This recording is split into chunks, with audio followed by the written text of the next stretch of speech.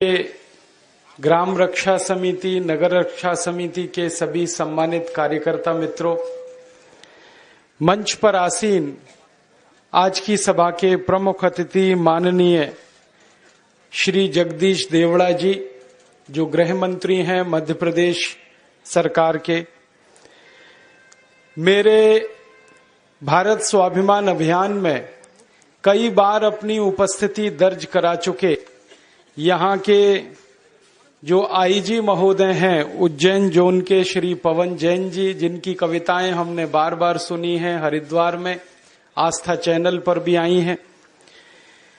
इस कार्यक्रम में उपस्थित डीआईजी श्री आदर्श कटियार जी,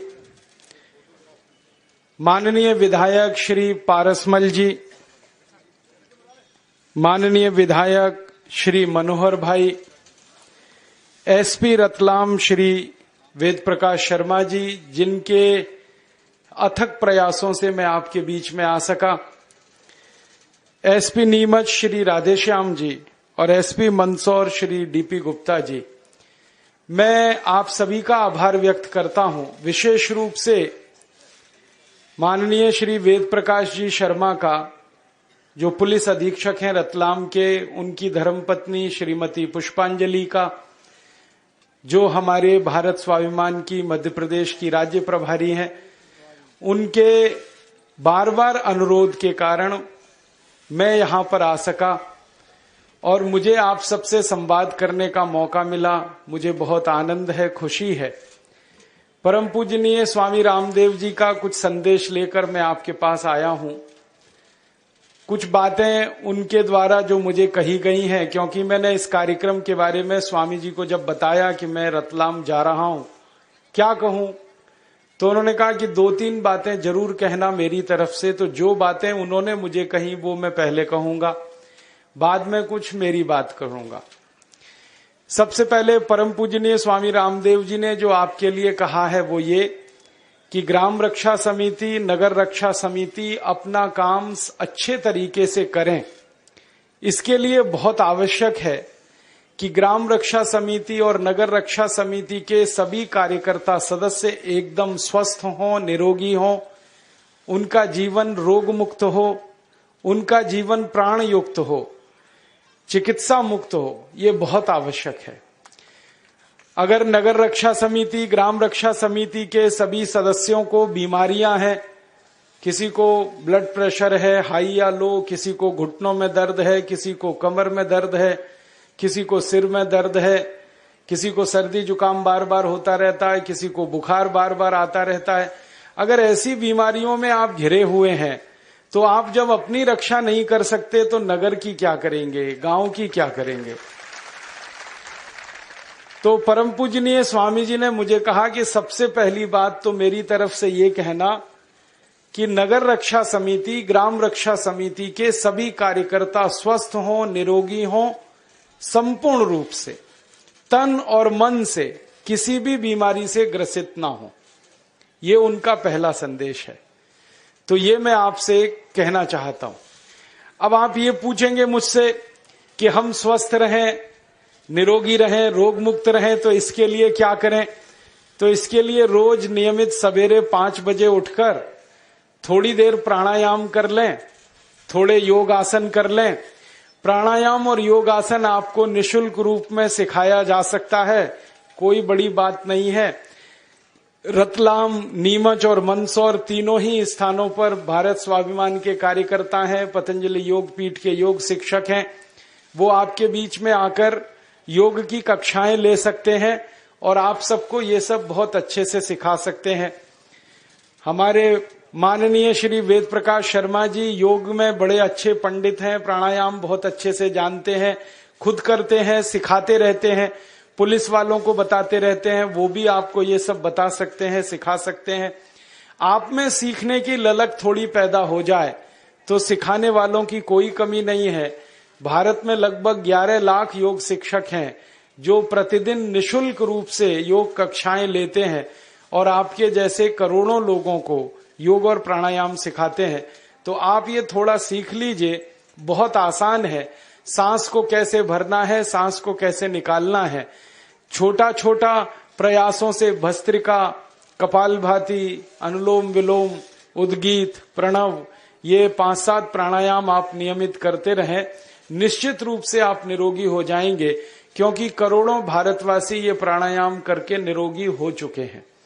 जिनको ब्लड प्रेशर रहता था 20-20 साल से, जिनको डायबिटीज थी 20-20 साल से, जिनके हृदय में 3-3 ब्लॉकेज थे, डॉक्टरों ने जिनका कह दिया था कि बचने की दूर दूर तक संभावना नहीं, जो कैंसर के मरीज थे, अर्थराइटिस में जो बिस्तर पर हमेशा पड़े रहते थे, उठ नहीं सकते थे, ऐसी गंभीर बीमारियों के बहुत सारे लोग इस देश में निरोगी हो चुके हैं, थोड़ा सा योग, थोड़ा सा प्राणायाम करके। तो परम पूजनीय स्वामी जी का पहला आपके लिए संदेश है कि आप नियमित रूप से थोड़ा योग करें, थोड़ा प्राणायाम करें, स्वस्थ बने, और आप स्वस्थ होंगे तो आपका परिवार भी स्वस्थ होगा। स्वस्थ परिवार सुखी परिवार होता है, और जो आदमी सुखी होता है वो दूसरों को सुख दे सकता है। दुखी आदमी कभी भी किसी को सुख नहीं दे सकता।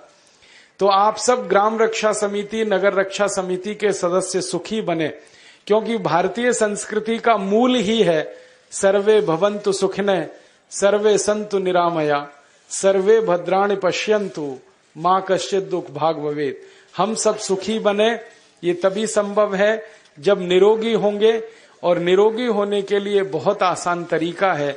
सुबह थोड़ा आधा घंटे 45 मिनट अगर हो सके तो 1 घंटे का प्राणायाम और योग। अगर आपके घरों में टेलीविजन की व्यवस्था है और केबल कनेक्शन अगर आपके पास है, तो आस्था चैनल पर परम पूजनीय स्वामी जी खुद सुबह 5 बजे से 7:30 बजे तक हर दिन बिना किसी रुकावट के ये योग और प्राणायाम सिखाते हैं। वो आप आस्था चैनल खोलकर कभी भी बैठ के देख सकते हैं, चैनल पर देखकर, टीवी पर देखकर सुन सकते हैं, और हमारे योग शिक्षकों से सीख सकते हैं। दूसरा संदेश परम पूजनीय स्वामी जी ने जो दिया है आप सभी के लिए, वो ये कि नगर रक्षा समिति, ग्राम रक्षा समिति के सभी कार्यकर्ता पूरी तरह से व्यसन मुक्त हों, उनके जीवन में कोई व्यसन ना हो। बीड़ी ना पिए, सिगरेट ना पिए, गुटखा ना खाएं, शराब ना पिए, अफीम का कश न लगाएं, मारीजुआना का कश न लगाएं, किसी भी तरह का कोई व्यसन ना करें। स्वामी जी ने ये दूसरा संदेश दिया है। उनका ये कहना है कि अगर आप व्यसन में फंसेंगे तो आप समाज में कोई आदर्श प्रस्तुत नहीं कर सकेंगे, और अगर आप समाज में आदर्श प्रस्तुत नहीं कर सकते तो कोई आपकी बात सुनेगा नहीं, मानेगा नहीं। और अगर समाज का व्यक्ति आपकी बात सुनेगा नहीं, मानेगा नहीं, तो आपकी बातों का वजन नहीं होगा, और आप जो करना चाहते हैं वो काम नहीं होगा आपसे। इसलिए आपसे स्वामी जी ने कहा है कि आप पूरी तरह से व्यसन मुक्त हों। शराब ना पिएं, गुटखा ना खाएं, बीड़ी सिगरेट ना पिएं, तंबाकू ना खाएं, किसी तरह की कोई जहरीली दवाओं का कश ना लेना शुरू करें, और अगर ले रहे हैं या ऐसा कोई व्यसन कर रहे हैं तो जल्दी से जल्दी इस व्यसन से आप मुक्त हो जाएं। ये बहुत आवश्यक है आपके लिए। आप ये कहेंगे कि हम तो बहुत सारे ऐसे कार्यकर्ता हैं जो व्यसन नहीं करते, उन सबको मैं बधाई देता हूं, शुभकामना देता हूं, जिन्होंने अपने जीवन में सब तरह के व्यसन छोड़ दिए हैं। लेकिन जो छोड़ नहीं पाए हैं उनके लिए ईश्वर से प्रार्थना करता हूं कि जल्दी से उनके मन को इतनी शक्ति मिले कि वो इस व्यसन को छोड़ सके। मैं एक छोटी सी दवा आपको जरूर बता सकता हूं। अगर आप में से कोई लोग ऐसे हों जो ये कहें कि हम व्यसन छोड़ना चाहते हैं, छूटता नहीं है। बहुत लोग मुझे ये कहते हैं कि बार बार हमें मालूम है कि ये गुटखा खाना अच्छा नहीं है, लेकिन तलब उठ जाती है, क्या करें।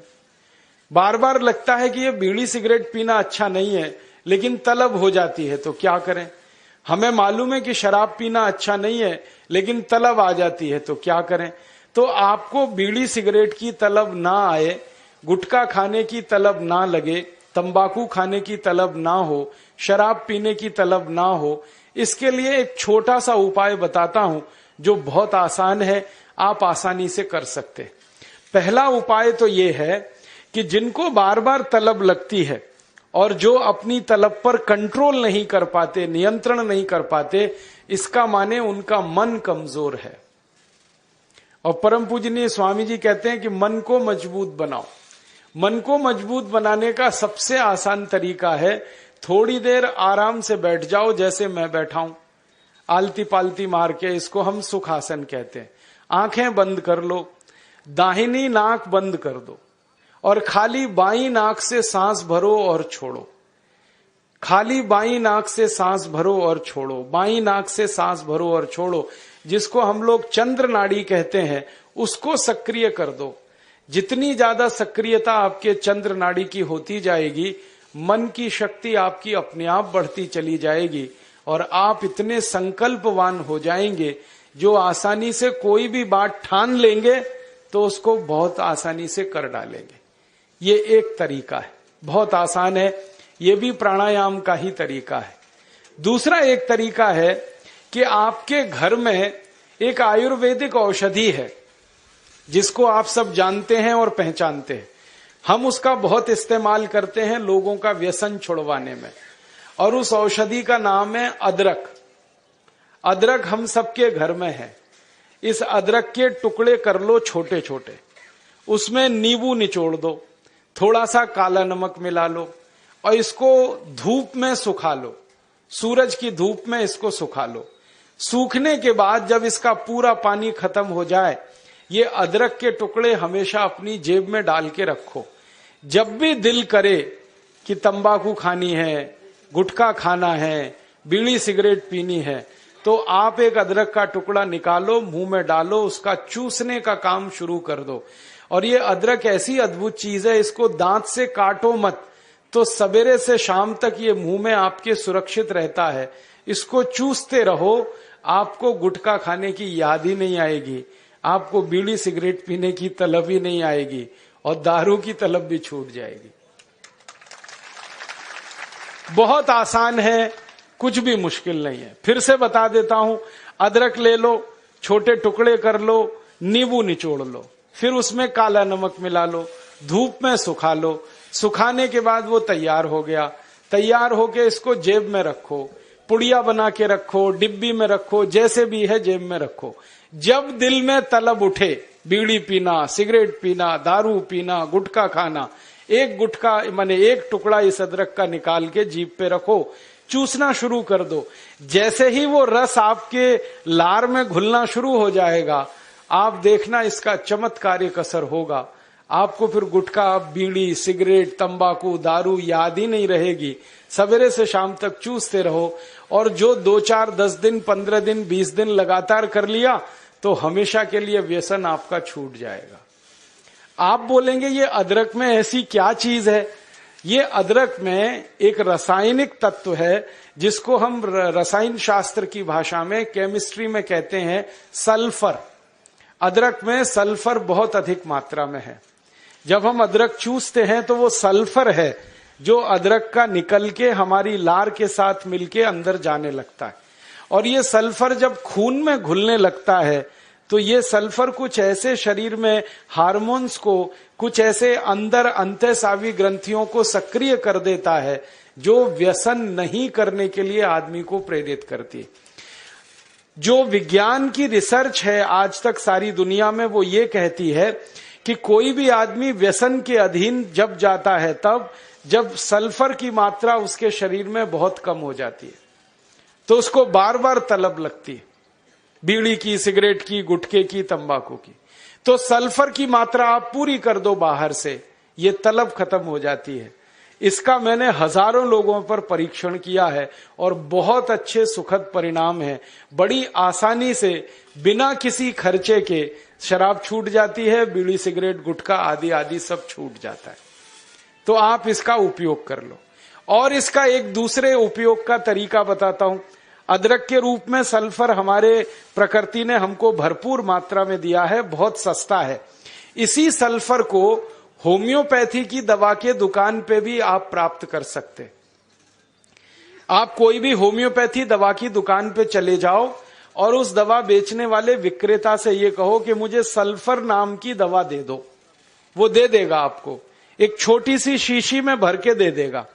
और सल्फर नाम की दवा होम्योपैथी में पानी के रूप में आती है, प्रवाही रूप में आती है, जिसको हम लोग डाइल्यूशन कहते हैं अंग्रेजी में। तो ये पानी जैसी आएगी, दिखने में ऐसा ही लगेगा कि जैसे ये पानी है। वो दवा एक छोटी शीशी में ले लो। 5 मिलीलीटर दवा की शीशी 5 रुपए में आती है, और उस दवा का 1 बूंद जीभ पे डाल लो सवेरे सवेरे खाली पेट, फिर अगले दिन और 1 बूंद डाल लो सवेरे सवेरे खाली पेट, और तीसरे दिन 1 बूंद डाल लो सवेरे सवेरे खाली पेट।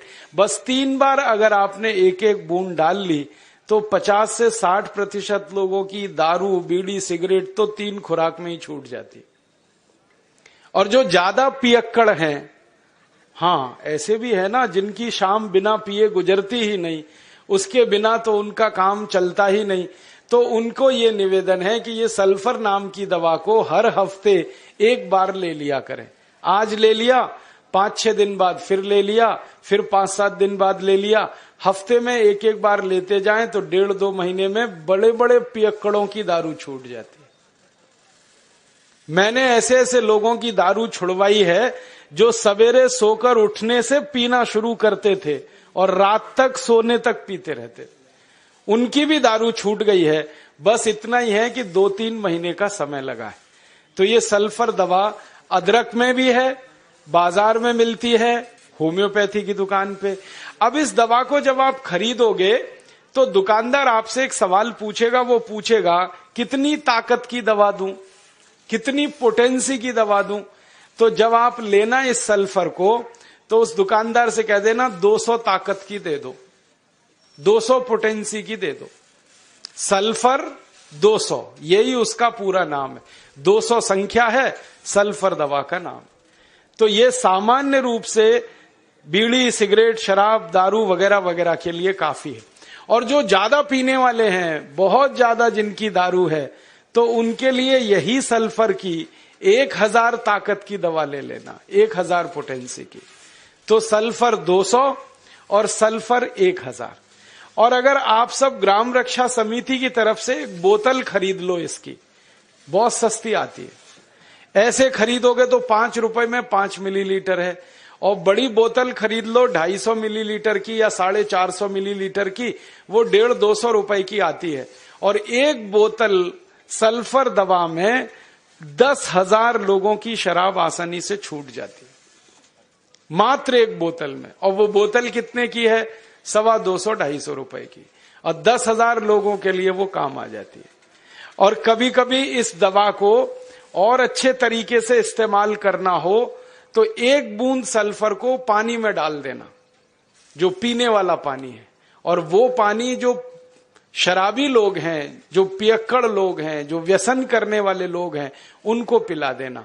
ये पानी में और अच्छे से काम करती है। कई बार तो मैंने ऐसा भी किया है कि 1 बाल्टी पानी ले लिया, उसमें 1 बूंद डाल दिया, अब वो पूरा पानी ही दवा हो गया। उसमें से 1-1 चम्मच पिला दिया लोगों को, तो भी व्यसन उनके छूट जाते हैं। तो एक बता दिया मैंने आपको, अदरक, उसका इस्तेमाल करना है व्यसन छोड़ने के लिए। और दूसरा बता दिया मैंने आपको सल्फर, जो होम्योपैथी में है, एक 200 ताकत की, एक 1000 ताकत की।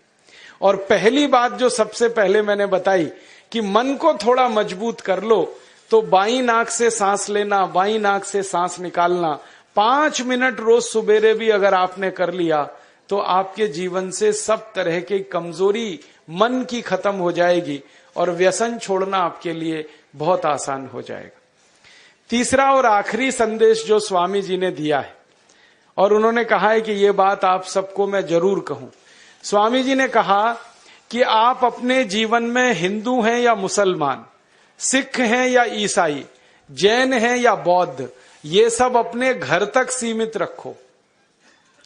हम हिंदू हैं, कोई मुसलमान है, कोई सिख है, कोई ईसाई है, कोई जैन है, कोई बौद्ध है, ये सब हमारे व्यक्तिगत जीवन तक सीमित रखो, अपने घर तक सीमित रखो। जब आप ग्राम रक्षा समिति का काम करने के लिए निकलो तो आप सब भारतवासी हो और भारतीय हो, सिर्फ इतना ही याद रखो। काम करने के लिए हम जब घर के बाहर निकल गए तो हम सब भारतीय हैं। घरों के अंदर जब तक हम हैं तो पूजा पद्धतियां हमारी सबकी अलग अलग हैं। कोई हिंदू तरीके से पूजा करेगा, कोई मुस्लिम तरीके से करेगा, कोई जैन होगा, कोई बौद्ध होगा। तो घरों के अंदर हम हिंदू, सिख, ईसाई, जैन धर्म, बौद्ध धर्म पालने वाले व्यक्तिगत लोग हैं। घर के बाहर निकलते ही हमें भूल जाना है कि हम हिंदू हैं, कोई मुसलमान है, कोई जैन है, कोई बौद्ध है। हमें एक ही बात याद रखनी है कि हम सब भारतीय हैं, भारत माता के सुपुत्र हैं, भारत माता की सुपुत्रियां हैं, भारत माता हम सब की माता है, हम आपस में भाई बहन हैं। तो मिलकर अपने भारत माता की रक्षा करनी है, मिलकर अपने भारत माता की सुरक्षा करनी है। भारत माता पूरा देश, उस पूरे देश में आपका एक राज्य, आपके एक राज्य में आपके छोटे छोटे कुछ जिले, जिलों में आपके छोटे छोटे गांव, और गांव में छोटे छोटे मोहल्ले, ये हर छोटी इकाई भारत माता की ही इकाई है। आपके गांव का मोहल्ला हो या शहर का मोहल्ला हो, ये एक छोटी इकाई है भारत माता की। तो इन सब छोटी छोटी इकाइयों की रक्षा हमें करनी है। इसी के लिए ये ग्राम सुरक्षा समिति या नगर सुरक्षा समितियों का गठन हुआ है। ये संकल्प हमें लेके काम करना है कि हम भारतवासी हैं, अपनी भारत माता की भूमि की एक एक इंच जमीन की रक्षा हमें करना है अपराधियों से, उन सब लोगों से जो देश को तोड़ने के काम में लगे हैं, विघटन करना चाहते हैं इस देश का, इस देश को नुकसान पहुंचाना चाहते हैं। तरीके उनके कुछ भी हों, हमें उनके तरीकों को नाकामयाब बनाना है, असफल बनाना है, और अपने संकल्पों को सफल बनाना है और सार्थक बनाना है।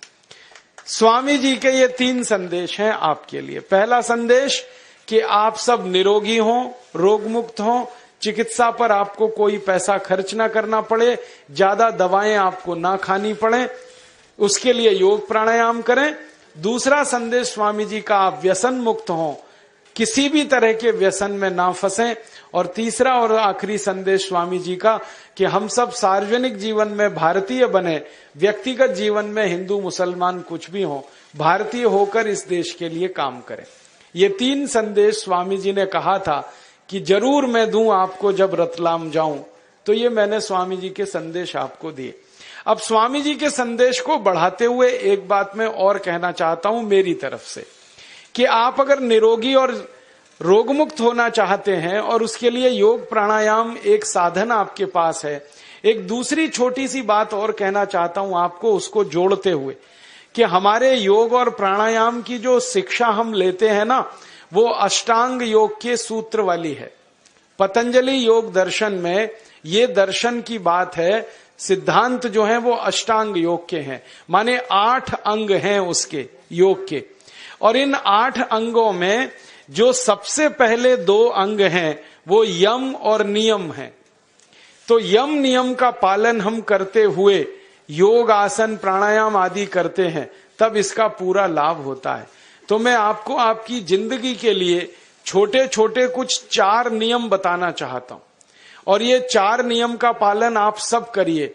मैं आपको विनम्रतापूर्वक लेकिन विश्वास से कहता हूं कि ये 4 नियम का जो भी पालन करेगा, जिंदगी में बीमारी और रोग उसको कभी आएंगे नहीं। परम पूजनीय स्वामी रामदेव जी खुद 40-45 साल से इन 4 नियमों का पालन करते हैं। आप भी अगर ये पालन करेंगे तो बहुत अच्छा होगा। मैं भी करता हूं मेरे जीवन में। मैं पिछले 15 वर्षों से योग प्राणायाम करता हूं, उसके साथ कुछ नियम मैंने बनाए हैं, वो नियम का पालन करता हूं, और वही नियम आपको बताना चाहता हूं। स्वामी जी पालन करते हैं, मैं करता हूं, हमारे लाखों योग शिक्षक करते हैं। और इन नियमों का पालन करने से हमको इतना लाभ हुआ है कि कभी बीमारी आती नहीं। 15 साल से मैंने हर बार मेरा बीपी चेक किया, नॉर्मल है, शुगर नॉर्मल है, ट्राइग्लिसराइड्स नॉर्मल है, कोलेस्ट्रॉल नॉर्मल है। पिछले 15 साल में कभी सर्दी जुकाम भी नहीं हुआ, गला भी नहीं बैठा, कभी हॉस्पिटल नहीं देखा, कभी डॉक्टर के पास नहीं गए, क्योंकि जरूरत नहीं पड़ी। और वो जरूरत नहीं पड़ी क्योंकि हम निरोगी हैं, स्वस्थ हैं। ये निरोगी और स्वस्थ होने के लिए आयुर्वेद की एक छोटी सी जानकारी आपसे मैं शेयर करना चाहता हूं। आयुर्वेद में ये कहा गया है कि किसी भी व्यक्ति को निरोगी होना है, रोगमुक्त होना है, तो अपने जीवन में 3 बातों का ध्यान रखे। अपना वात, पित्त और कफ, तीनों का संतुलन रखे। वो 3 तरह के दोष हैं हमारे शरीर में, वात पित्त कफ, आपने सुना होगा। ये त्रिदोष आधारित शरीर है। जब वात बहुत बिगड़ जाता है तो 80 से ज्यादा रोग आते हैं। जब पित्त बहुत बिगड़ जाता है तो लगभग 46 से 50 रोग आते हैं। और जब कफ बिगड़ जाता है तो 28 रोग आते हैं। और वात पित्त कफ तीनों बिगड़ जाएं तो 148 रोग आते हैं। सर्दी खांसी जुकाम से लेकर और कैंसर तक जो आखिरी रोग माना जाता है, ये सब वात पित्त कफ के बिगड़ने का खेल है। तो इस देश के आयुर्वेद चिकित्सा के सबसे महान लोगों में से कुछ नाम आप जानते हैं, जैसे चरक ऋषि, जैसे सुश्रुत ऋषि। ऐसे एक ऋषि हुए बाघभट्ट। बाघभट्ट ऋषि ने एक पुस्तक लिखी है, उसका नाम है अष्टांग हृदयम, और एक पुस्तक लिखी है उसका नाम है अष्टांग संग्रहम। इन दोनों पुस्तकों में उन्होंने 7000 नियम बताए हैं। उनमें से 4 बताता हूं, अच्छे लगे तो आज से ही पालन करो और दूसरों को भी बताओ, ताकि कोई भी इन नियमों का पालन करे तो बीमार ही ना पड़े। ये चारों नियम हैं वात पित्त और कफ को संतुलित रखने के लिए। अब वात पित्त कफ तीनों एक साथ आपके संतुलित रहें तो उसके लिए पहला नियम है खाना खाने के तुरंत बाद पानी नहीं पीना। ये पहला नियम। आप बोलेंगे ये तो बड़ी मुश्किल बात है, खाना खाते ही पानी पीते हैं हम तो सबके सब, और बिना पानी पिए खाना ही नहीं खाते। कई लोग तो खाने से ज्यादा पानी पीते हैं, खाना कम खाते हैं, पानी ज्यादा पीते हैं। ये खाना खाने के बाद पानी कभी भी नहीं पीना, क्योंकि महर्षि बाघभट्ट कहते हैं भोजनांते विषम वारी, माने भोजन के अंत में पानी पियो तो जहर के पीने के जैसा है। इसलिए वो कहते हैं कभी भी खाने के तुरंत बाद पानी मत पियो। अब आप मुझे पूछोगे क्यों नहीं पिए, कारण बता दो। कारण मैं बताना चाहता हूं सरल भाषा में। हम जब खाना खाते हैं ना तो पेट में सारा खाना इकट्ठा होता है। पेट में एक स्थान होता है, उसको हम कहते हैं जठर। संस्कृत में, हिंदी में जठर कहते हैं, अंग्रेजी में उसको एपिगैस्ट्रियम कहते हैं, हिंदी में कुछ लोग उसको आमाशय भी कहते हैं। ये जठर छोटा सा स्थान है। आपके पेट में नाभि है ना, उसके लेफ्ट साइड में बाईं तरफ छोटा सा स्थान है। सारा खाना आपका इसी स्थान पर आता है। जो भी आप खाते हो, रोटी चावल दाल सब्जी दूध दही कुछ भी खाओ, सब कुछ जठर में आता है। अब जठर में जैसे ही खाना इकट्ठा होता है तो उसमें आग जलती, और उस आग को कहते हैं जठर अग्नि। मिला के बोल देते हैं जठराग्नि। आप जैसे ही खाना खाते हो, पेट में जठर में अग्नि जलती है। वो अग्नि खाने को पचाती है, और अग्नि खाने को ऐसे ही पचाती है जैसे रसोई घर की अग्नि खाने को पकाती है। आपके रसोई घर में आप अग्नि जलाओ, उसके ऊपर दूध रख दो, दूध में थोड़ा चावल डाल दो, अग्नि जब तक जलती रहेगी खीर तब तक बनती रहेगी। आप घर में अग्नि जलाओ, उसके ऊपर पानी रख दो, उसमें दाल डाल दो, दाल की पकने की क्रिया तब तक चलेगी जब तक अग्नि जलेगी। ऐसे ही पेट में होता है। जैसे ही आपने खाना खाया पेट में अग्नि जलती है, और जब तक अग्नि जलती है तो खाने के पचने की क्रिया चलती है। जैसे रसोई घर में खाना पकाते हैं वैसे ही पेट में भी खाना पकता है। इसी को हम पचने की क्रिया कहते हैं, अंग्रेजी में उसको डाइजेशन कह देते हैं। तो आपने खाना खाया, पेट में अग्नि जल गई, अब वो खाने को हजम करेगी, पचाएगी। अब मुझे एक प्रश्न का उत्तर दो आप, कि जैसे ही आपने खाना खाया पेट में अग्नि जल गई और वो खाने को पचा रही है, तुरंत आपने गट गट गट गट पानी पी लिया, और खूब ठंडा पानी पी लिया, बर्फ मिलाया हुआ पानी पी लिया, फ्रिज का पानी पी लिया। क्या होने वाला है? अग्नि जलेगी कि बुझेगी? अग्नि के ऊपर पानी डालो तो अग्नि और पानी की दोस्ती नहीं है, दुश्मनी है। पानी अग्नि को बुझा देता है। तो आपने खाना खाया, अग्नि जली, पीछे से गटगट पानी पी लिया, अब अग्नि शांत हो गई, अब खाना पचेगा नहीं, तो वो पेट में पड़ा पड़ा सड़ेगा, और सड़ा हुआ खाना 100 से ज्यादा विष पैदा करेगा, और वो 100 विष आपकी जिंदगी को नरक बना देंगे। और जिंदगी भर आप बीमार पड़े रहेंगे। आपको मालूम है, कई लोग कहते हैं मुझे पेट में बहुत गैस बनती है। ये गैस उन्हीं को बनती है जिनका खाना हजम नहीं होता। कोई लोग कहते हैं कि मुझे पेट में जलन होती है, ये जलन उन्हीं को होती है जिनका खाना पचता नहीं। कोई कहते हैं कि मेरे पेट में एकदम गुम हो जाता है, फूल जाता है। ये सब वो लक्षण हैं जब खाना पचता नहीं। तो खाना पचेगा नहीं तो सड़ेगा, सड़ेगा तो विष पैदा करेगा, और वो विष आपको बीमार करेंगे। इसलिए महर्षि भागवत ने कहा, खाना खाते ही पानी मत पियो। समझ में आया? फिर आप बोलोगे कितनी देर तक नहीं पिए? कम से कम 1 घंटे तक। 1 घंटे बाद पानी पियो। आप बोलोगे जी 1 घंटा क्यों? ये जो अग्नि जलने की क्रिया है ये लगभग 1 घंटे तक ही चलती है पेट में। उसके बाद अग्नि अपने आप शांत हो जाती है, उसके बाद पानी पी लो। तो खाना अगर 10 बजे खाया तो 11 बजे पानी पियो, 11 बजे खाया तो 12 बजे पियो, 12 बजे खाया तो 1 बजे पियो, 1 घंटे बाद पानी पियो। अब आपके मन में यह सवाल आ सकता है कि खाना खाने के पहले पी लें क्या? हाँ पी लो, 40 मिनट पहले पेट भर के पानी पी लो। 10 बजे खाना खाना है, 9:20 पे खूब पानी पी लो, जितना पी सकते हो। 11 बजे खाना खाना है, 10:20 पे पी लो, खूब पानी पी लो, 40 मिनट पहले। आप और एक सवाल पूछ सकते हो कि अच्छा ठीक है, खाने के बाद पानी तो नहीं पिएंगे, कुछ और पी सकते हैं क्या पानी को छोड़कर? तो उसके लिए भागवत जी कहते हैं कि खाने के तुरंत बाद अगर पीना है तो दही की लस्सी पियो, मट्ठा। खाने के बाद अगर तुरंत पीना है तो फलों का रस पियो, गन्ने का रस पी लो, संतरे का रस पी लो, मौसमी का रस पी लो, अनार का रस पी लो। अब आप कहोगे ये सब महंगी महंगी चीजें बता रहे हैं, गन्ने का रस, संतरे का रस, अनार का रस, पैसे तो है नहीं। तो सबसे सस्ता रस है नींबू का ही रस पी लो, शिकंजी बना के पी लो, वो तो सबसे सस्ता है। तो खाना खाने के बाद या तो दही की लस्सी पियो या रस पियो। और एक तीसरी चीज है, दूध पी सकते। तो खाने के तुरंत बाद पीना है तो दही की लस्सी या मट्ठा, खाने के तुरंत बाद पीना है तो कोई फल का रस, खाने के तुरंत बाद पीना है तो दूध। पानी 1 घंटे बाद पियो। और अगर एक बात ध्यान रखो तो अच्छा है कि सवेरे खाना खाते हैं जिसको हम ब्रेकफास्ट कहते हैं, नाश्ता, तो फलों का रस पीना अच्छा। दोपहर को खाना खाएं तो लस्सी और मट्ठा पीना अच्छा, और रात का खाना खाएं तो दूध पीना अच्छा।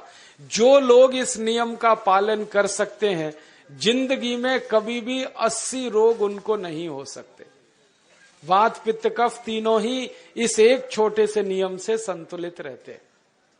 तो ये पहला नियम मैंने आपसे कहा। दूसरा नियम एक और है, और वो नियम ये है कि पानी कभी भी पियो, घूट घूट भर के पियो। जैसे गरम चाय पीते हैं, गरम कॉफी पीते हैं, गरम दूध पीते हैं, एक एक घूट भर के, एक एक सिप करके, ऐसे ही पानी पीने की आदत डालो। ये मुंह में एक बार गिलास लगा लिया, गटागट उसको खाली कर दिया, ये तरीका गड़बड़ है। 1 घूट पानी, 2 घूट पानी एक बार में उतना ही पियो। आप बोलोगे ये क्या चक्कर है? बात ऐसी है कि एक एक घूट पानी जब हम पीते हैं तो मुंह की लार पानी के साथ मिलकर पेट में अंदर जाती है, और ये जो मुंह की लार होती है ये क्षारीय होती है, और पेट में हमेशा अम्ल बनता रहता है। तो 1 घूट पानी पिया, मुंह की लार इसके साथ अंदर गई, 2 घूट पिया और ज्यादा गई, बार बार लार अंदर जाएगी तो क्षार पदार्थ पेट के अम्ल के साथ मिलेगा। पेट में अम्ल बनता है, मुंह में लार क्षारीय होती है। तो ये क्षार को अम्ल में मिला दिया जाए और ये अच्छे तरीके से मिलकर पेट में जाए तो कभी भी कोई व्यक्ति के पेट को अम्लता नहीं होती, एसिडिटी नहीं होती। और पेट में अम्लता नहीं होती तो रक्त में अम्लता नहीं होती, और जिनके रक्त में अम्लता नहीं होती उनकी जिंदगी में कभी भी वात पित्त कफ के असंतुलन की स्थिति पैदा नहीं होती। इसलिए पानी घूट घूट करके पीना। मैं आपको एक छोटा सा मेरा ऑब्जर्वेशन बताता हूं, परीक्षण। आप भारत देश में या दुनिया में कहीं भी जाओ, मनुष्य को छोड़कर पशु पक्षियों को देखना शुरू करो, वो पानी कैसे पीते। किसी चिड़िया को पानी पीते हुए देखो, किसी पक्षी को पानी पीते हुए देखो, वो चोंच के एक बूंद ही के बराबर ही पानी उठाता है। एक बार में एक बूंद पानी लेगा, फिर थोड़ी देर चोंच चलाएगा, फिर पिएगा, फिर दूसरी बूंद लेगा, फिर चोंच चलाएगा, फिर पिएगा, फिर तीसरी बूंद। एक एक बूंद पक्षी पानी पीता है। कुत्ते को पानी पीते हुए देखो, चाट चाट के पानी पीता है। शेर को पानी पीते हुए देखो, चाट चाट के पानी पीता है। जितने जानवर चाट कर पानी पीते हैं, जितने पक्षी एक एक घूंट पानी पीते हैं, किसी भी पक्षी और किसी भी जानवर को डायबिटीज नहीं है, किसी को अर्थराइटिस नहीं है, कोई पक्षी ओवरवेट नहीं है, कोई पशु ओवरवेट नहीं है। वो सब स्लिम और ट्रिम हैं, क्योंकि वो इतने होशियार हैं कि पानी चाट के पीते हैं या घूट घूट करके पीते। अब मुझे ये हैरानी होती है कि ये पशु पक्षियों को कौन सिखाता है? वो अपने जन्म से ये ज्ञान सीख के आते, उनका कोई गुरु नहीं है, उनका कोई विद्यालय नहीं है, उनके कोई प्रशिक्षण शिविर नहीं लगते, फिर भी उनको इतनी अकल है कि पानी घूट घूट पीना।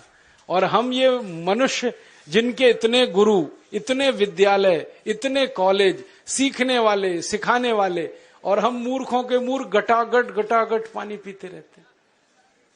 तो पानी पीने का तरीका बदल दो, घूट घूट भर के पानी पियो। ये दूसरा नियम है। तीसरा नियम है कि जिंदगी में कितनी भी प्यास लगे, ठंडा पानी कभी मत पियो। बर्फ डाला हुआ पानी, फ्रिज में रखा हुआ पानी, वाटर कूलर का पानी जिसका तापमान बहुत कम है, ये कभी मत पीना। क्यों? क्योंकि शरीर आपका गर्म है और पानी ठंडा है। अब होता क्या है वो मैं समझाता हूं सरल भाषा में।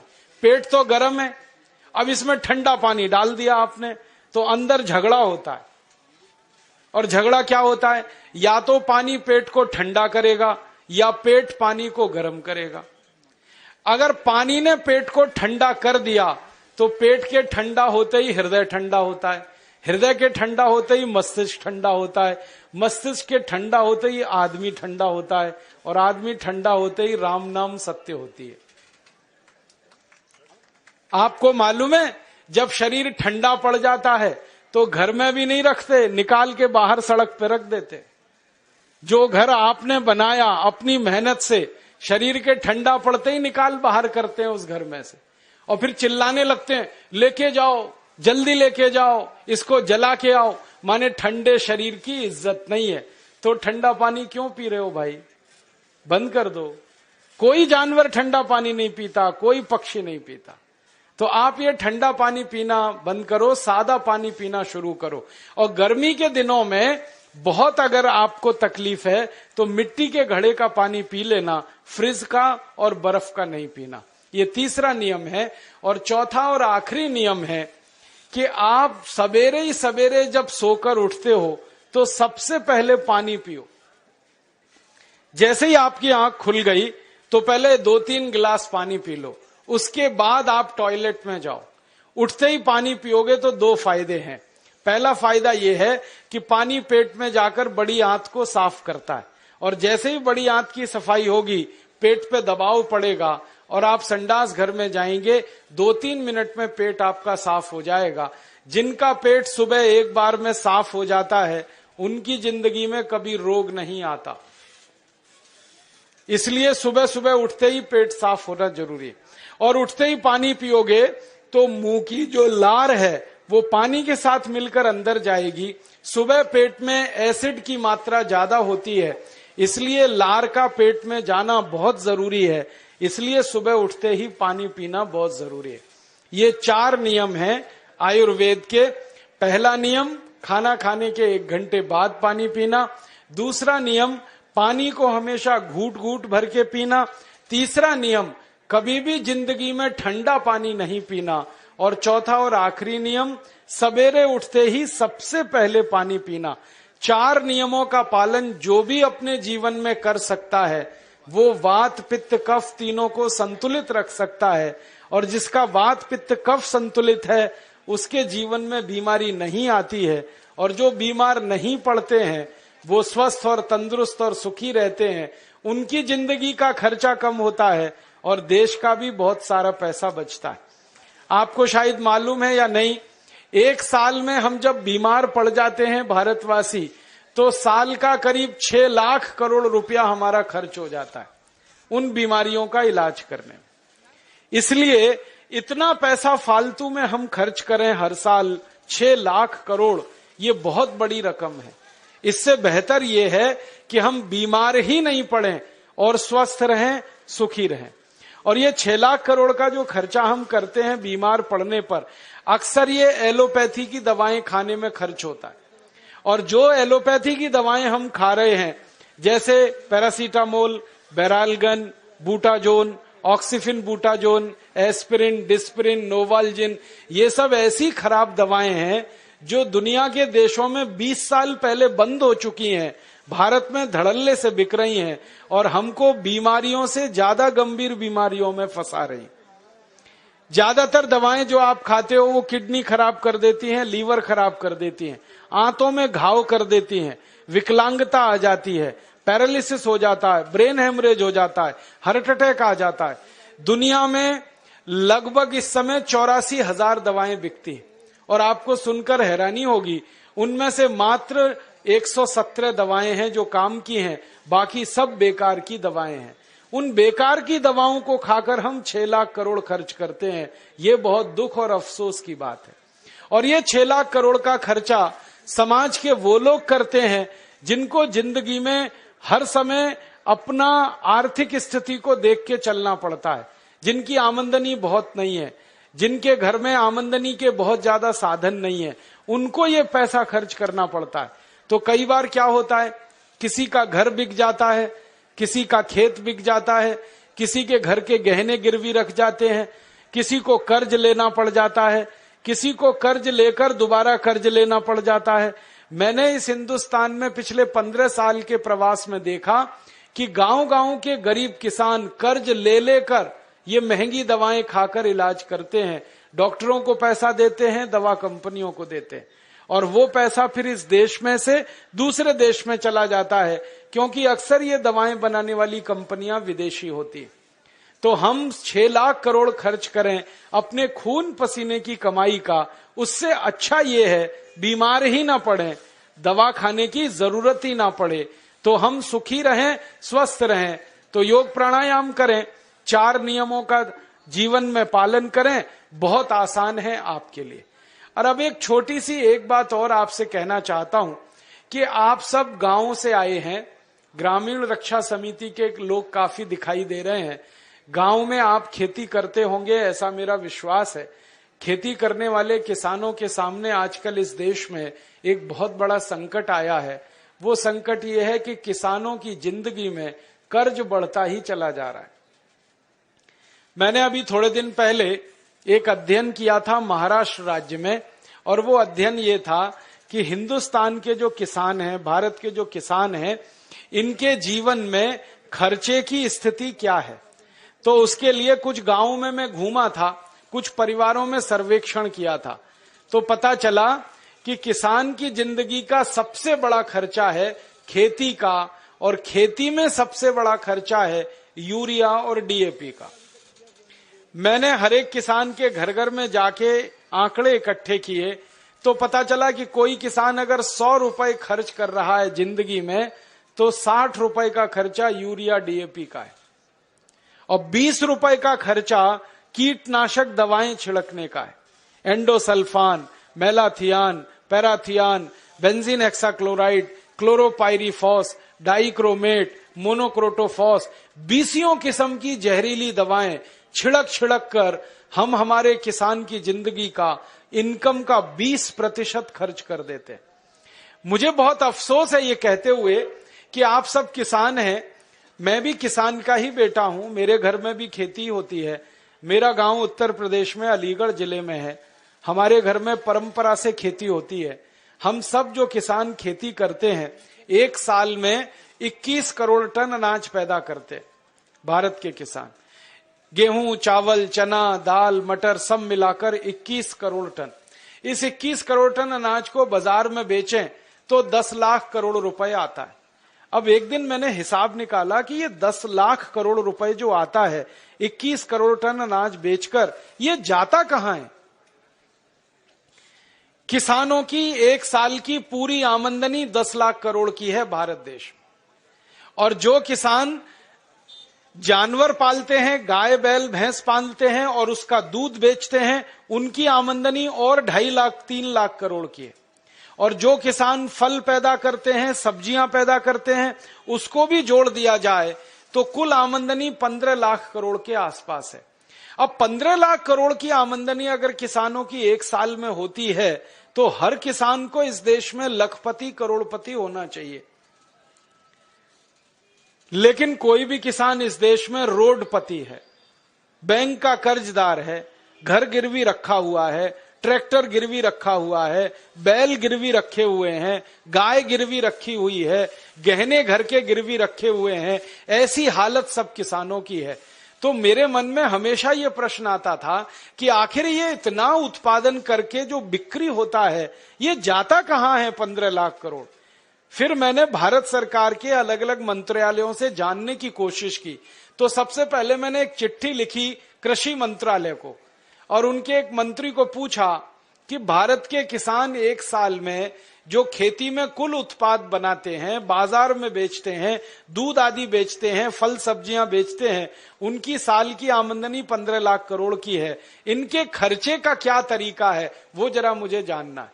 तो कृषि मंत्रालय की तरफ से जवाब आया कि किसान जो अपनी कुल आमदनी करते हैं साल की, उस आमदनी का 4,80,000 करोड़ तो खर्च हो जाता है यूरिया खरीदने में, डीएपी खरीदने में, और करीब 2,20,000 करोड़ खर्च हो जाता है एंडोसल्फान, मेलाथियान, पैराथियान जैसी दवाएं खरीदने में।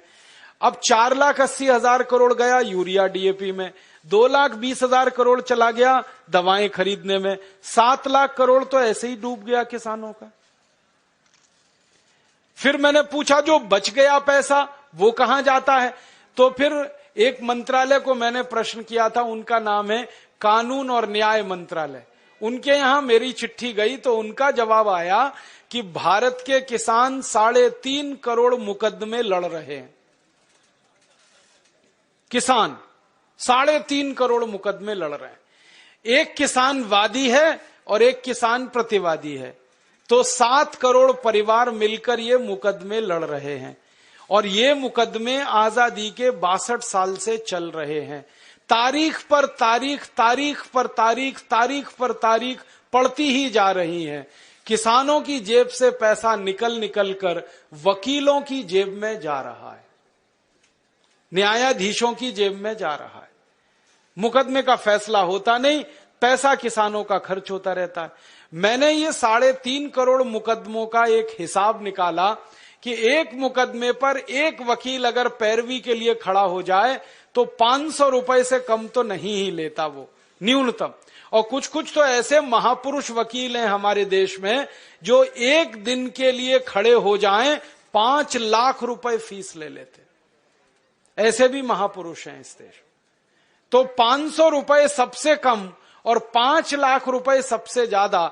मैंने वो हिसाब निकाला तो पता चला किसानों के इन मुकदमेबाजी में हर साल करीब 2 लाख करोड़ का खर्च हो रहा है, इन मुकदमेबाजी। और मुकदमे कैसे हैं? मेरे गांव का एक मुकदमा है जो मैं देख रहा हूं। मेरे गांव में 2 किसान मुकदमा लड़ रहे हैं। उनको 36 साल हो गया मुकदमा लड़ते लड़ते। मामला क्या है? 2.5 एकड़ जमीन का मुकदमा है। एक किसान कहता है मेरी है, दूसरा कहता है मेरी है। 36 साल से केस चल रहा है। पहले लोअर कोर्ट में चला, फिर हाई कोर्ट में चला गया। अब वो केस में 2.5 एकड़ जमीन मिलने वाली है, या तो इसको या तो उसको। और मुकदमा लड़ते लड़ते 36 साल में दोनों किसानों की 20 एकड़ जमीन बिक चुकी है वकील को फीस देने। ऐसे होशियारी के काम हमारे किसान कर रहे हैं। अब भैया फैसला कर लो, 1.25 एकड़ तुम ले लो, 1.25 एकड़ मैं ले लूं, बात खत्म हो जाए, फालतू वकील के पास तो ना जाए। तो वो दोनों किसान कहते हैं कि मैं तो चाहता हूं फैसला कर लूं, वकील नहीं होने देता। और वकील क्यों नहीं होने देता? क्योंकि वो क्यों चाहेगा उसकी इनकम खत्म हो जाए। तो किसानों की मुकदमेबाजी में जो खर्चा है वो करीब करीब 2 लाख करोड़, 7 लाख करोड़, वो 9 लाख करोड़ हो गया। अब एक खर्चा और है जो थोड़ी देर पहले मैं बता रहा था कि बीमार पड़ जाएं तो डॉक्टर के पास भागें, दवाएं खाएं, उसमें खर्च करते हैं हमारे किसान। 2.5-3 लाख करोड़ उसमें खर्च हो जाता है। तो बचता ही नहीं है कुछ किसानों के हाथ में, सारी इनकम आई और चली गई और फिर किसान कर्जदार हो जाता है। तो आप सब किसानों को हाथ जोड़कर एक निवेदन करने आया, वो ये कि अगर आप श्रीमंत होना चाहते हैं, अमीर होना चाहते हैं, समृद्धशाली होना चाहते हैं, गरीबी से बाहर निकलना चाहते हैं, तो इसका सबसे सरल उपाय है खर्चा घटाओ और आमदनी बढ़ाओ। दुनिया में अर्थशास्त्र का एक सिद्धांत है कि जो देश अपने खर्चे जितने घटा सकता है वो देश अपनी आमदनी उतनी ही बढ़ा सकता है। जो परिवार अपने खर्चे जितने घटा सकता है वो परिवार उतनी आमदनी बढ़ा सकता है। तो आप सभी किसान परिवारों से निवेदन है, विनती है, आग्रह है, अनुरोध है कि आप अपनी जिंदगी के फालतू खर्चे घटाओ। तो आप बोलोगे कहां खर्चा घटाएं? सबसे बड़ा खर्चा है, उसी को खत्म करो, यूरिया का खर्चा, इसको घटा दो, यूरिया मत खरीदो। दूसरा बड़ा खर्चा है डीएपी का, ये भी मत खरीदो। तीसरा बड़ा खर्चा है कीटनाशक दवाओं का, एंडोसल्फान, मेलाथियान वगैरह, ये भी मत खरीदो। फिर आप बोलोगे तो खेती कैसे करें? खेती करने का मैं एक नया तरीका बताता हूं आपको। मैं भी खेती करता हूं, आप भी वैसे ही खेती करो। 15 साल पहले मैं और मेरे जैसे बहुत किसान यूरिया डीएपी डाल के खेती करते थे। अब हमने यूरिया डीएपी डालना बंद कर दिया है। ऐसे हजारों किसान इस देश में खेती कर रहे हैं जो यूरिया का एक दाना भी खेत में नहीं डालते। तो फिर आप बोलेंगे क्या डालते हैं? गाय का गोबर डालते हैं, भैंस का गोबर डालते हैं, बैल का गोबर डालते हैं, उससे खेती करते हैं। फिर आप बोलेंगे ये गाय बैल भैंस का गोबर डालने से खेती अच्छी होती है? बहुत अच्छी होती है। मैं आपको आंकड़ों से बता सकता हूं। 15 साल पहले जो किसान यूरिया डीएपी डालते थे, 1 एकड़ में उनको 30 मीट्रिक टन गन्ना होता था। अब वही किसान गाय का, बैल का, भैंस का गोबर डालते हैं, 1 एकड़ में उनको 90 मीट्रिक टन गन्ना होता है, 3 गुना ज्यादा होता है। 15 साल पहले जो किसान गेहूं पैदा करने के लिए 1 एकड़ खेत में यूरिया डीएपी डालकर 12 क्विंटल गेहूं करते थे, अब वही किसान 20 क्विंटल 22 क्विंटल तक गेहूं करते हैं गोबर और गोमूत्र डाल के। 15 साल पहले जिन किसानों की 1 एकड़ में 2.5 क्विंटल कपास आती थी, अब गोबर गोमूत्र डालकर उनकी 7 क्विंटल कपास आती है। माने उत्पादन अच्छा होता है, कम नहीं होता, ज्यादा होता है। तो आप बोलेंगे ये गोबर गोमूत्र डाल के खेती कैसे की जाती है? इसका एक सरल सूत्र बताना चाहता हूं। जो भी किसान भाई हैं वो इसको लिख लें अपने कागज पर, अपनी कॉपी पर, नहीं तो ध्यान से सुन लें, क्योंकि ये सूत्र बताने पता नहीं कब कौन दोबारा आपके पास आएगा। ये सूत्र वो है जो खेती में उत्पादन तो ज्यादा देगा और खर्चा आपका पूरा घटा देगा। यूरिया का एक दाना डालना नहीं पड़ेगा और बहुत अच्छी फसल आपकी पैदा होगी। क्या करना है? गोबर डालना है, गाय का हो या बैल का हो या भैंस का हो। कितना गोबर डालना है और कैसे डालना है? अभी कई बार हम गोबर डालते हैं तो क्या करते हैं, गोबर को इकट्ठा करते हैं, एक खड्डे में भरते जाते हैं, वो सूखता रहता है, फिर जब सूख जाता है तो उठाकर खेत में डाल देते हैं। ये सूखा हुआ गोबर मत डालो, इससे कोई फायदा नहीं है। गोबर अगर खेत में डालना है तो गीला डालो, वो सबसे ज्यादा फायदा करता है। ऐसे में एक बात समझाऊं आपको, मैं आपको एक सूखी रोटी दूं खाने के लिए, आप जल्दी नहीं खा पाएंगे, और उसी रोटी को दूध में डाल के दे दूं, फटाफट खा लेंगे। एक सूखी रोटी दे दूं, नहीं खा पाएंगे, दाल में डाल के दे दूं, जल्दी खा लेंगे। गीली चीज जल्दी हजम होती है, मिट्टी को भी और शरीर को भी। तो खेत की मिट्टी में गोबर डालो तो गीला करके डालो। आप बोलेंगे कैसे करना है? 1 एकड़ खेत अगर हमारे पास है मान लो, तो 1 एकड़ खेत के लिए 15 किलो गोबर चाहिए, गाय का या बैल का या भैंस का। अब 15 किलो गोबर चाहिए और 15 लीटर मूत्र चाहिए, गाय का या तो बैल का या तो भैंस का। अब आप कहोगे गोबर इकट्ठा करना तो आसान है, मूत्र कैसे इकट्ठा करें? मूत्र इकट्ठा करना भी आसान। गाय बैल भैंस जब मूत्र देते हैं ना तो उसका समय एकदम पक्का है। गाय के बछड़े और बछड़ी को दूध पीने के लिए छोड़ो, तुरंत पेशाब करती है, डब्बा लगा के भर लो। ऐसे ही बैल करता है, ज्यादा देर बैठ के बैल खड़ा होगा, पेशाब करेगा, डब्बा भर लो। तो मूत्र ऐसे इकट्ठा कर सकते हैं। दूसरा एक तरीका है कि जहां जानवरों को हम रखते हैं वहां पत्थर बिछा दो, ईंट बिछा दो, थोड़ा पक्का कर दो, सीमेंट लगा दो, ढाल बना दो, एक नाली बना दो, नाली में खड्डा बना दो, तो जो भी मूत्र गिरेगा वो खड्डे में इकट्ठा हो जाएगा। और गाय के मूत्र की, बैल के मूत्र की, भैंस के मूत्र की विशेषता है कि इसकी एक्सपायरी डेट नहीं होती, ये खराब ही नहीं होता। 1 साल, 2 साल, 10 साल, 20 साल, 50 साल कभी खराब नहीं होता। तो भरे रहा है गड्ढे में, कोई फर्क नहीं पड़ेगा, बस उस गड्ढे में से उठाते रहो। 15 किलो गोबर, 15 लीटर मूत्र, दोनों को मिला लो, हाथ से ही मिला लो। एक प्लास्टिक का ड्रम ले लो, उसमें मिला लो। मिलाने के बाद इसमें 1 किलो गुड़ डाल दो, गुड़। और गुड़ ऐसा डालना जो पुराना हो, जिसको कोई खाता ना हो, काला काला हो जाता है, एकदम पानी जैसा, जिसको हम छूना भी पसंद नहीं करते, वो गुड़ इसमें डाल दो 1 किलो। और 1 किलो डाल दो कोई भी दाल का आटा या चोकर। चोकर समझते हैं? गेहूं का आटा छानने के बाद जो निकलता है, क्या कहते हैं उसको? चोकर कहते हैं। वो डाल दो 1 किलो। या अगर सस्ती दाल हो घर में उत्पादन की हुई तो उसको पीस के 1 किलो डाल दो। तो 1 किलो चोकर या 1 किलो दाल का आटा। और इसमें डालो 1 किलो मिट्टी। मिट्टी कहां से लानी है? पीपल के पेड़ के नीचे की मिट्टी या बरगद के पेड़ के नीचे की मिट्टी। तो 1 किलो मिट्टी, 1 किलो दाल का आटा, 1 किलो गुड़, 15 लीटर मूत्र, 15 किलो गोबर, ये 5 चीजें एक ड्रम में मिला दो। मिलाने के बाद 15 दिन इस ड्रम को छांव में रखो, धूप में मत रखना, छांव में, पेड़ के नीचे रख दो। छांव में रखने के बाद 15 दिन में खाद तैयार हो जाएगा। फिर इस खाद में 200 लीटर पानी मिलाओ और पानी मिला के जो घोल तैयार हुआ, इस घोल को खेत की मिट्टी पे छिड़क दो। अगर खेत खाली है तो सीधे छिड़क दो, और खेत में फसल खड़ी है तो पानी के साथ इसको लगा दो। फसल में आप पानी देते हो ना, उसमें डब्बे से मिलाते जाओ, पूरे खेत में पहुंच जाएगा। अब ये खाद गोबर, गोमूत्र, दाल का आटा, गुड़ और मिट्टी वाला जो तैयार होता है ना, ये यूरिया से 6 गुना ज्यादा ताकतवर है। हमने इसकी प्रयोगशाला में जांच कराई तो यूरिया डीएपी में जितनी ताकत है मिट्टी को देने के लिए, उससे 6 गुनी ज्यादा ताकत इसमें है। इसलिए इससे उत्पादन ज्यादा आता है।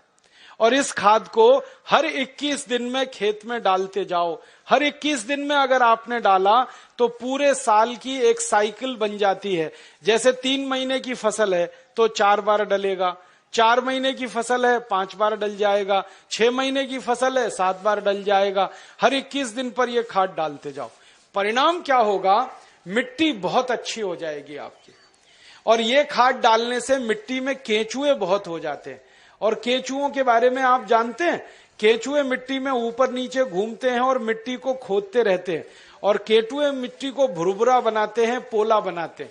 फिर बारिश का पानी जब गिरता है मिट्टी पे तो एक एक बूंद पानी नीचे चला जाता है। अगर केंचुए ज्यादा हो तो पानी पूरा नीचे चला जाता है, माने बहकर बेकार नहीं जाता है। और केंचुए ज्यादा है ना, तो केंचुए क्या करते हैं? मिट्टी खाते हैं, और जो कुछ भी वो निकालते हैं मल के रूप में, वो दुनिया की सबसे अच्छी खाद है। तो आपके खेत की मिट्टी में केंचुओं की संख्या बढ़ाओ, और वो गोबर की खाद से बढ़ती है, क्योंकि केंचुए को गोबर पसंद है। अगर आप एक बार गोबर की खाद डाल दोगे, कहीं से भी केंचुआ घूमता हुआ खेत में आ जाएगा। और केंचुआ बड़ा विचित्र जीव है, 24 घंटे काम करता है, कभी छुट्टी नहीं करता, कभी संडे नहीं, कभी मंडे नहीं, और फोकट में काम करता है, कभी टीए नहीं, कभी डीए नहीं, कभी एचआरए नहीं, न छुट्टी लेता है न तनख्वाह लेता है। और ऐसा विचित्र जीव है ये केंचुआ कि साल भर ये जिंदा रहता है और साल भर में 1 लाख बच्चे पैदा करके ही मरता है। वो ये नहीं मानता हम दो हमारे दो, वो एक केंचुआ 1 लाख पैदा करता है। तो खेत में एक केंचुआ आया तो 1 लाख हो गए, 1 लाख और 1-1 लाख करेंगे तो संख्या बढ़ती जाएगी। और जिस खेत में केंचुए ज्यादा हैं वहां की मिट्टी तो सोना पैदा करती है, ये सारे दुनिया के वैज्ञानिक मानते। केंचुओं की संख्या बढ़ाओ, मिट्टी में सोना उपजेगा, खूब पैदावार होगी, खूब फसल मिलेगी। और उसका तरीका मैंने आपको बता दिया। अब 2-3 मिनट में एक और बात कह के मैं व्याख्यान खत्म करूंगा, समय हो रहा है। अब आपको मैंने खाद बनाने का एक तरीका बता दिया, अब दवा बनाने का भी एक तरीका बताता हूं। ये खाद तो आप खेत में डालोगे, बहुत उत्पादन मिलेगा, लेकिन अगर आपका पड़ोसी किसान ये खाद नहीं डाल रहा है तो एक गड़बड़ी होगी, उसके खेत में कीड़े लगेंगे। जिस खेत में यूरिया पड़ता है, कीड़े उसी खेत में लगते। जहां डीएपी लगता है, सबसे ज्यादा फसल को बर्बादी उसी खेत में आती है। तो पड़ोस का किसान नहीं माना, वो यूरिया डालेगा, कीड़ा उसके खेत में आएगा, फिर वो आपके खेत में भी घुस सकता है, क्योंकि कोई बाउंड्री तो बनाई नहीं है आपने। तो कीड़े मारने के लिए क्या करेंगे फिर? उसके लिए एक दूसरा सूत्र बताता हूं। कीड़े मारने की दवा भी आप खुद बना लो, बाजार से खरीद के लाने की जरूरत नहीं है। 20 लीटर मूत्र ले लो किसी भी जानवर का, गाय का हो, बैल का हो, भैंस का हो, किसी का भी हो। अब इस 20 लीटर मूत्र में 2 से 2.5 किलो नीम के पत्ते पीस के डाल दो। नीम तो है, सब गांव में है। नीम की निम्बोली भी आती है, तो निम्बोली पीस के डाल दो, नहीं तो नीम के 2.5-3 किलो पत्ते पीस के डाल दो। फिर एक सीताफल का पेड़ होता है, देखा है, उसके पत्ते पीस के डाल दो 2-2.5 किलो। फिर एक पेड़ होता है, उसको आकड़ा कहते हैं, कहीं कहीं आक कहते हैं, कहीं आकड़ा कहते हैं, उसको अकौआ भी कहते हैं, तो उसका 2.5-3 किलो पत्ता पीस के डाल दो। फिर और एक पेड़ होता है जिसको हम लोग कहते हैं बेशरम, आप पता नहीं क्या कहते हैं। ये कैसा होता है मैं बताता हूं।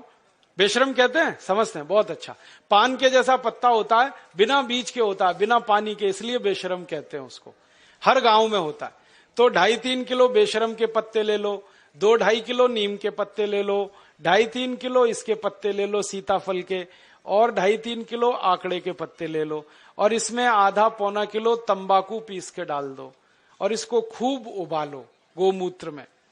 उबालते समय इसमें एक काम और कर सकते हैं, आधा किलो लहसुन पीस के डाल दो, आधा किलो खूब तीखी मिर्च पीस के डाल दो, और उबाल के इसको ठंडा कर लो। ठंडा करके इसको छान लो। अब जो घोल बन गया है, इसमें 200 लीटर पानी मिला दो, और ये 1 एकड़ फसल को किसी भी तरीके से सुरक्षित रख सकता है। और इसको स्प्रे कर दो खेत में, तैयार हो गई। अब इस दवा को जब छिड़कना है तब छिड़क लो, बना के रखना है तो बना के रख लो। 1-1 साल 2-2 साल ये दवा खराब नहीं होती, क्योंकि इसमें कोई भी ऐसी चीज नहीं है जिसकी एक्सपायरी डेट हो। तो कीटनाशक दवा बना लिया और खाद बना लिया। और अब तीसरा एक काम और कर लेना कि बीज जब खेत में डालते हैं तो बीज को खेत में डालने से पहले संस्कारित कर लेना। और संस्कारित कैसे करना? मान लो बीज लगाना है हमको गेहूं का, तो गेहूं का बीज लेना, पहले बीज बोने से 2 दिन पहले उसको 1 किलो गोबर, 1 लीटर मूत्र और 100 ग्राम चूना, चूना आप समझते हो, कलई चूना, 100 ग्राम कलई चूना, 1 किलो गोबर, 1 लीटर मूत्र, ये तीनों को मिला लो। कलई चूना को मिलाने का तरीका है कि पहले उसको पानी में डालो, खूब पानी को वो गर्म कर देगा, फिर ठंडा हो जाए तब उसको गोबर और मूत्र में मिला लो। मिला के ये घोल में गेहूं का बीज डाल दो और रात में डाल दो, सवेरे उस बीज को निकाल लो, निकाल के उस बीज को छांव में सुखा दो, और छांव में जब बीज सूख जाए फिर उसको खेत में लगाओ। तो इस बीज पर कभी भी कीड़ा नहीं आता, कोई कीट नहीं लगता, इतना बड़ा इंतजाम पहले ही हो जाता है, तो खर्चा बच गया और उत्पादन ज्यादा आता है। तो बीज संस्कार करके लगाना, खाद बनाने का तरीका बता दिया, कीटनाशक का तरीका बता दिया। और ये तीनों तरीके अगर किसान भाई इस्तेमाल करते हैं तो urea, DAP, super phosphate, endosulfan का 7 लाख करोड़ रुपया साल का हम बचा सकते हैं। और ये रुपया बचा के गोबर गोमूत्र से खेती करते हैं तो जानवरों की संख्या बढ़ा सकते हैं, और जानवरों की संख्या अगर बढ़ती है तो दूध भी ज्यादा मिलेगा, गोबर गोमूत्र भी ज्यादा मिलेगा। और मैं आपको एक बात कहना चाहता हूं कि आप सब किसान इसी तरीके से गेहूं पैदा करो, चावल पैदा करो, चना करो, दाल करो। हम भारत स्वाभिमान की तरफ से आपका सब खरीदने को तैयार है, क्योंकि भारत स्वाभिमान अगले साल से 1000 दुकानें खोलने जा रहा है पूरे देश में, जहां गोबर गोमूत्र का गेहूं मिलेगा, गोबर गोमूत्र का चावल मिलेगा, गोबर गोमूत्र का चना मिलेगा, जिसको अंग्रेजी में कहते हैं ना ऑर्गेनिक, एकदम शुद्ध देशी खाद का बनाया हुआ, गोबर का बनाया हुआ गेहूं, चावल, चना, दाल मिले। ऐसी 1000 दुकानें हम खोल रहे हैं। उन दुकानों पर आप जो पैदा करेंगे वो बेचने के लिए हम सुविधा देंगे, और आप बेचकर अपना मुनाफा रखो। दुकान चलाने के लिए 5-7% जो खर्चा आता है वो उसी में से निकल जाएगा। वो no profit no loss basis पे सारे देश में हम चलाना चाहते हैं। तो हम बेचने में मदद करेंगे, आप उत्पादन करो। और जब ये उत्पादन जरूरत से ज्यादा हो जाएगा तो हम इसको दुनिया भर के देशों में बेचना चाहते हैं, और दुनिया भर के देशों में ये बेचेंगे 4 गुना मुनाफा आएगा। मैंने लंदन में देखा, एक डिपार्टमेंटल स्टोर में यूरिया डीएपी का आलू है 1 स्टर्लिंग पाउंड का 1 किलो, और गोबर गोमूत्र का आलू है 4 स्टर्लिंग पाउंड का 1 किलो। 4 गुना महंगा बिकता है। मेरे कई दोस्त हैं, वो किसान हैं, महाराष्ट्र में आम की खेती करते हैं। वो गोबर गोमूत्र का आम अमेरिका को एक्सपोर्ट करते हैं, तो एक आम की कीमत 65 रुपए मिलती, और यहां यूरिया डीएपी का आम बेचते हैं तो 15 रुपए किलो में सब चला जाता है। कहां 65 रुपए का एक आम, कहां 15 रुपए का 1 किलो। तो मैं चाहता हूं कि सारे किसान जिनके पास सरप्लस प्रोडक्शन हो, उनको एक्सपोर्ट लाइसेंस उपलब्ध हो, तो सारी दुनिया में हम ये माल बेच सकते हैं। और पूरी दुनिया में भारत अकेला देश है जो ये सामान बेच सकता है, क्योंकि जो गाय और बैल हमारे पास है वो दुनिया में किसी के पास नहीं। दूसरे देशों के पास जो गाय है वो जर्सी गाय है, होलेस्ट्रियन और फ्रीजियन है। उसका गोबर ही काम का नहीं है, वो बिल्कुल बेकार। उसका मूत्र भी काम का नहीं। देशी गाय है ना, उसी के गोबर में ताकत है। जर्सी और विदेशी गाय का गोबर तो बिल्कुल बेकार है। तो इसमें जब गोबर लेना तो देशी गाय का, और मूत्र लेना तो देशी गाय का। और एक छोटी सी आखिरी बात कहता हूं किसानों के लिए, कि जिस गाय का गोबर गोमूत्र खेत में डालो 7 लाख करोड़ बचे। इसी गाय का, देशी गाय का मूत्र अगर आप पीना शुरू करो तो 6 लाख करोड़ और बचेगा, बीमारी ही नहीं आएगी। और गाय का मूत्र पियो तो सब बीमारी मिट जाएगी। मैं पिछले 12 साल से परीक्षण करता हूं, 48 बीमारियां हमारे शरीर की ऐसी हैं जो गाय के मूत्र से जड़ से ठीक हो जाती हैं। Tuberculosis, diabetes, arthritis, osteoarthritis, rheumatoid arthritis, bronchitis, bronchial pneumonia, ऐसी खतरनाक 48 बीमारियां गाय मूत्र पीने से जड़ से ठीक हो जाती है। आप बोलेंगे कैसे पीना है? आधा कप गाय का मूत्र सवेरे सवेरे खाली पेट पीना है, सवेरे सवेरे रोज बस, और देशी गाय का पीना है। 3-4 महीने लगातार पी लो, सब बीमारी मिट जाएगी। आंखों में बीमारी है तो 1-1 बूंद गाय का मूत्र आंखों में डाल लो, आंखों की बीमारी मिट जाएगी। कान में बीमारी है, कान में डाल लो, कान की बीमारी मिट जाएगी। सिर के बाल अगर झड़ते हो और बहुत ज्यादा रूसी आती हो, डैंड्रफ, गोमूत्र को पानी में मिला के बाल की मालिश कर लो, वो भी बीमारी मिट जाएगी।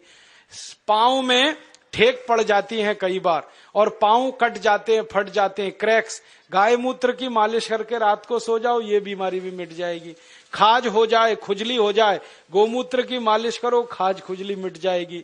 दाद हो गया, एक्जिमा, सोराइसिस, उस पे मालिश करो, वो भी मिट जाएगी। ऐसी बीमारी नहीं जो गोमूत्र से ना मिटे। बस इसको पीना है और लगाना है। अब बहुत लोग कहते हैं गोमूत्र पिएंगे कैसे, उसमें बास आती है। तो मुझे ये बताओ, दारू कैसे पी लेते हो? उसमें तो और भी बास आती है। दारू की बोतल पे बोतल गटक सकते हैं तो गोमूत्र क्यों नहीं पी सकते? बस आधा कप पीना है। और आपको एक बहुत अच्छी बात बताता हूं कि जो लोग आधा कप गोमूत्र रोज पी सकते हैं, उनकी दारू छूट जाती है, क्योंकि गाय के मूत्र में भी सल्फर है और बहुत अधिक मात्रा में। दारू छूटती है, बीड़ी छूटती है, शराब, गुटखा, मावा, पान पराग सब छूट जाता है। और कभी कभी मुंह खराब हो जाता है ना, गुटखा खा खा के, और इतना खराब हो जाता है कि मुंह में फोड़ा हो जाता है, जिसको हम कैंसर की पहली स्टेज कहते हैं। उसमें गोमूत्र मुंह में भरो, ऐसे ऐसे मुंह में भर के उसको घुमाओ और कुल्ला करना शुरू कर दो, वो फोड़ा भी मिट जाता है। लेकिन इसका मतलब ये नहीं है कि गोमूत्र से मुंह का फोड़ा मिटा के फिर गुटखा खाएं, छोड़ देना ही अच्छा है। तो आप इस गोमूत्र का दवा के रूप में इस्तेमाल करो, व्यसन को छोड़ने में इस्तेमाल करो, शरीर की बीमारियों को दूर करने में इस्तेमाल करो। माताएं बहनें यहां बैठी हैं, उनको एक बात बताने का दिल कर रहा है कि बहुत सारी माताओं बहनों को जब गर्भावस्था होती है ना, तो डॉक्टर कई बार कहता है कि सीजेरियन ऑपरेशन कराओ, नहीं तो बच्चा नहीं आएगा। और उसके 20 बहाने वो बताते, कभी कहेंगे जगह छोटी है, कभी कहेंगे ये बीमारी, कभी वो ये। आप कुछ मत करो, बस एक काम करना, किसी गाय की बछड़ी का मूत्र लेना आधा कप, और उसमें 100 ग्राम गोबर उसका घोल लेना। गोबर मूत्र घोल के उसको कपड़े से छान लेना। और जिस मां को गर्भावस्था है और डॉक्टर चिल्ला रहा है कि ऑपरेशन कराओ, ऑपरेशन मत कराना, वो पिला देना उसको। 2-3 घूंट सुबह, 2-3 घूंट दोपहर, 2-3 घूंट शाम। रात को बच्चा अपने आप बड़े आराम से बाहर आ जाएगा, कोई ऑपरेशन नहीं करना पड़े। मैंने हजारों माताओं बहनों की डिलीवरी इस गोबर गोमूत्र से फोकट में कराई। और ये गोबर गोमूत्र में इतनी ताकत है, मैं आपको एक मेडिकल टर्मिनोलॉजी को सरल भाषा में समझाता हूं। बच्चा कई बार उल्टा हो जाता है गर्भाशय में, तो डॉक्टर कहते हैं अब तो कोई इलाज नहीं, काटना ही पड़ेगा पेट। गोबर गोमूत्र की 3 डोज दे दो, वो उल्टा बच्चा सीधा हो जाता है। गाय के मूत्र में इतनी ताकत है, इसलिए आप इसको पीना शुरू करो, पिलाना शुरू करो। इसका इलाज सबसे अच्छा है, खर्चा कुछ नहीं है, पैसे कोई जाने वाले नहीं, गाय अपने पास है। अब मैं क्यों कह रहा हूं ये बात, बार बार आप गाय का मूत्र पियोगे, अपनी बीमारी ठीक करोगे, तो आपके मन में गाय के प्रति श्रद्धा बढ़ेगी। अभी तक तो आप दूध पीते थे, लेकिन दूध तो गाय हमेशा देती नहीं है, तो उस गाय को कसाई को बेच देते हैं। अब मूत्र तो जिंदगी भर देगी। तो मैं किसानों से कहता हूं, गाय को दूध के लिए मत पालो, मूत्र के लिए पालो। दूध मिले तो बोनस है, मूत्र असली है। और जो गोमूत्र पीना शुरू किया, आंख में डालना शुरू किया, बीमारी मिटती है। आंखों की एक बीमारी है जो दुनिया में कभी ठीक नहीं होती, उसको रेटिनल डिटैचमेंट कहते हैं। अमेरिका में भी इलाज नहीं है उसका। और एक ग्लूकोमा, बिना ऑपरेशन ठीक ही नहीं होता। ये दोनों बीमारी एक एक बूंद गोमूत्र से 3 महीने में जड़ से मिट जाती है। जिनको चश्मे चढ़ गए ना, चश्मा उतारना है तो गोमूत्र डाल लो तो चश्मा उतर जाता है। सब तरह की बीमारी आपकी खत्म करता है गाय का मूत्र, क्योंकि गोमूत्र में 18 तरह के रासायनिक तत्व हैं। सल्फर उसमें है, कैल्शियम उसमें है, आयरन उसमें है, मैग्नीशियम उसमें है, मैग्नीज उसमें है, भगवान के दिए हुए हैं, प्रचंड मात्रा में है, मुफ्त में है और बिना किसी साइड इफेक्ट के। तो गोबर गोमूत्र को खेत में डालो तो यूरिया का खर्च बचेगा, शरीर में पियो तो 6 लाख करोड़ की बीमारी का खर्च बचेगा। तो खाली गाय से ही 1 साल में इस देश का 15 लाख करोड़ का फायदा हम करा सकते हैं। और ये ताकत हम में से हर किसान में है। और ये ताकत का अंदाजा किसानों को लग जाए तो भारत देश को सोने की चिड़िया बनने से कोई नहीं रोक सकता और हमको आगे आने से कोई नहीं रोक सकता। हम तो पैदा करके दुनिया को खिला सकते हैं, इतनी ताकत गाय के गोबर और मूत्र में। बस अब एक काम करना, एक संकल्प ये लेके यहां से उठना कि गाय पालेंगे, उसको कसाई को नहीं बेचेंगे। मुझे दुख इस बात का है, गाय पालता है हिंदू, काटता है कसाई। क्यों? हिंदू बेच देता है, कसाई काट देता है। और हिंदुओं को पूछो भाई गाय क्यों बेची, कहने लगे जी दूध नहीं देती। दूध तो थोड़े दिन के बाद अपनी अम्मा भी नहीं देती, उसको भी बेचोगे? गाय अपनी मां के जैसी है, उसको कभी बेचना नहीं, किसी कसाई को देना नहीं, बहुत पाप पड़ेगा। अगर उसकी मृत्यु होती है तो ऐसे ही उसका अंतिम संस्कार करो जैसे अपने घर के लोगों का किया जाता है। अच्छा सा खड्डा खोद के उसको गाड़ दो। और मैं तो एक तरीका बताता हूं कि गाय मर गई तो उसका चमड़ा कभी मत उतारना, बहुत पाप लगता है। उसको ऐसे का ऐसा ही दफन करना, खड्डा खोद के। और जहां गाय को दफन किया वहां आम का एक पेड़ लगा देना। 3 साल में वो पेड़ इतने फल देगा कि आप तोड़ते तोड़ते थक जाएंगे। मैंने ये किया है। गाय का शरीर जिस मिट्टी में दफन हुआ वहां आम का पेड़ लगा दिया और दूर एक दूसरा आम का पेड़ लगा दिया। उस आम के पेड़ पे 100 फल आते हैं, तो गाय के शरीर वाले आम के पेड़ पे 400 से 500 फल आते हैं। 4-5 गुना ज्यादा उत्पादन है। और आम बड़ा होता है और एकदम मीठा होता है। माने गाय जिंदा रहते इतनी हमारी मदद करती है, मरने के बाद भी इतनी मदद करती है। इसलिए इसको कसाई को तो देना नहीं। और गाय को काटें, उसका मांस बिके 10,000 रुपए। गाय को जिंदा रखें और उसके मूत्र से दवा बनाकर बेचें तो साल की आमदनी 2 लाख रुपए है एक गाय की। इसलिए गाय फालतू नहीं है, बहुत कीमती है, बहुत मूल्यवान है। तभी तो हमारे बुजुर्गों ने, पुरखों ने कहा कि गाय में 33 करोड़ देवता हैं। ये कोई सामान्य बात नहीं है। और जो देवता है ना, उनमें गोबर में तो लक्ष्मी है और गोमूत्र में धन्वंतरी है। ये अब समझ में आया। मेरी अम्मा मुझे समझाती थी, दादी, कि गोमूत्रे वसति लक्ष्मी, सॉरी, गोमय वसति लक्ष्मी, गोमूत्रे धन्वंतरी, ऐसा एक संस्कृत सूत्र हमने सीखा था। अब गाय के मूत्र में धन्वंतरी, गोबर में लक्ष्मी, तब समझ में नहीं आया, अब आया कि गोबर डालते हैं खेत में, खूब अन्न पैदा होता है और बहुत महंगे दाम पर विदेशों में बिकता है, तो डॉलर के डॉलर आते हैं। तो लक्ष्मी ऐसे है गोबर में। और मूत्र को उपयोग करते हैं तो बीमारी मिटती है, बीमारी मिटे तो धन्वंतरी ही है। फिर तो गोबर गोमूत्र में भगवान है, ये ध्यान रख के आप अपने घर में गाय लेके आओ। और मेरा तो आपको कहना है कि जर्सी गाय जो गलती से लाई हो तो तुरंत बेचो, देशी लेके आओ। जर्सी बेचोगे तो 3 देशी गाय आएगी। जर्सी खाती भी ज्यादा है, हगती भी ज्यादा है और बिल्कुल बेकार है उसका गोबर। ना उसका गोबर काम का, ना मूत्र काम का। आप कहोगे जो दूध ज्यादा देती है, वो दूध बिल्कुल बेकार है, कोई पीने लायक नहीं है। दुनिया के किसी देश के लोग जर्सी गाय का दूध नहीं पीते, भारत को छोड़कर।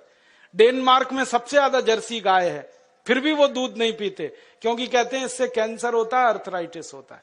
तो इस जर्सी गाय को बेच के देशी गाय लाओ और उसको पालो, तो आपका ये जीवन सुधरेगा, परलोक भी सुधरेगा।